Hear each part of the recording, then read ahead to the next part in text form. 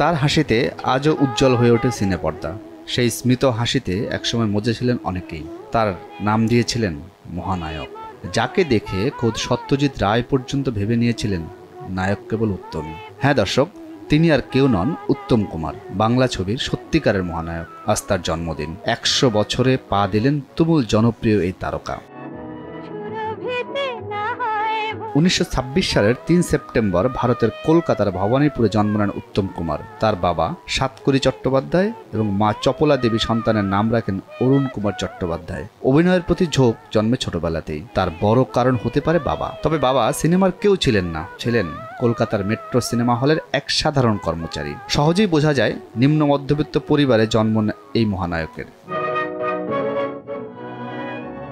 School জীবনে উত্তম প্রথমে Chakraberia high স্কুলে ভর্তি হন, পরে অন্য একটি স্কুল থেকে ম্যাট্রিক পাশ করেন। 5 বছর বয়সে রবীন্দ্রনাথ ঠাকুরের লেখা মুকুট নাটক অভিনয় করে তুমুল প্রশংসিত হন এবং একটি সোনার পদকও পান। 1945 সালে কলকাতার গোয়েঙ্কা কলেজে অফ কমার্সে ভর্তি হন উত্তম।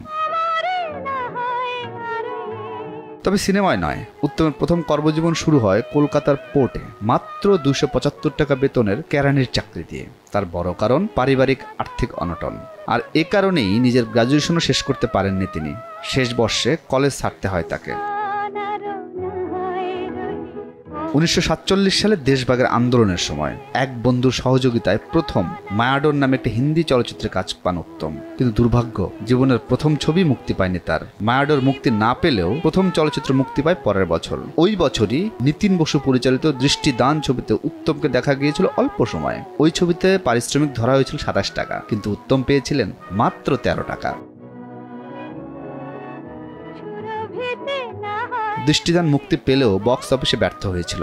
পরের বছর মুখ্য চরিত্রে অভিনয় করেন কামনা ছবিতে এবং প্রথমবার নাম পাল্টে রাখেন উত্তম চ্যাটার্জি। ছবিটিও চূড়ান্ত ব্যর্থ হয়। এরপর মর্যাদা 1950, ওরে যাত্রী, নষ্ট নীর সহ বেশ কয়েকটি ছবিতে অভিনয় করেন, কিন্তু সাফল্য আসেনি। পরপর ব্যর্থতা তার চলচ্চিত্র জীবনকে রীতিমতো সংকটে ফেলে দেয়। ইন্ডাস্ট্রিতে তাকে অপমান, লাঞ্ছনা সহ্য করতে হয়েছিল। তার নাম দেয়া হয় ফ্লপ মাস্টার জেনারেল। এভাবে চলচ্চিত্রে বারবার ব্যর্থতার জন্য চলচ্চিত্র ছেড়ে দেওয়ার কথা ভাবেন তিনি। সিদ্ধান্ত নেন সিনেমা তার জন্য নয়। এই সময় তার পাশে দাঁড়ান তার স্ত্রী গৌরী দেবী।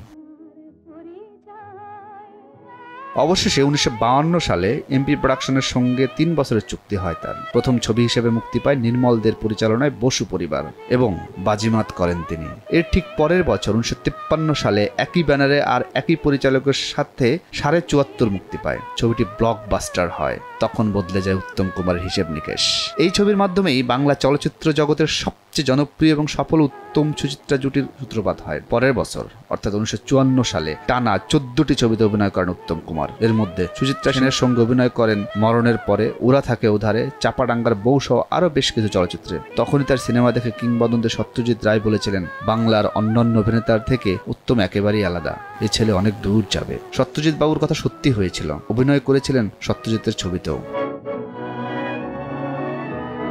অল্প সময়ের ক্যারিয়ারে উত্তম কুমার অভিনয় করেছিলেন 2 শতাধিক চলচ্চিত্রে। অভিনয়ের পাশাপাশি করেছেন প্রযোজনা ও পরিচালনাও, এমনকি চিত্রনাট্যও লিখেছেন তিনি। পেয়েছেন জাতীয় চলচ্চিত্র পুরস্কার, ফিল্মফেয়ার অ্যাওয়ার্ড সহ নানা পুরস্কার। তুমুল জনপ্রিয় নায়ক মারা যাওয়ার কয়েক বছর আগে থেকে হৃদরোগে আক্রান্ত ছিলেন। শুটিংয়ে কয়েকবার হার্ট অ্যাটাকও করেন। অসংখ্য ভক্ত থেকে কাঁদিয়ে 1980 সালের 24 জুলাই রাত 9:35 মাত্র 53 বছর বয়সে চলে যান না ফেরার দেশে। তার মৃত্যুর পর এত মানুষ শোকাহত হয়েছিল যে ওই দিন অর্ধেক বেলা শহরের স্কুল, কলেজ, অফিস, আদালত সব বন্ধ রাখতে হয়। তবে এত বছর আগে মৃত্যুবরণের পরেও তিনি বেঁচে আছেন ভক্তদের মাঝে সেলুলয়েডের ফিতায়। শুভ জন্মদিন উত্তম কুমার।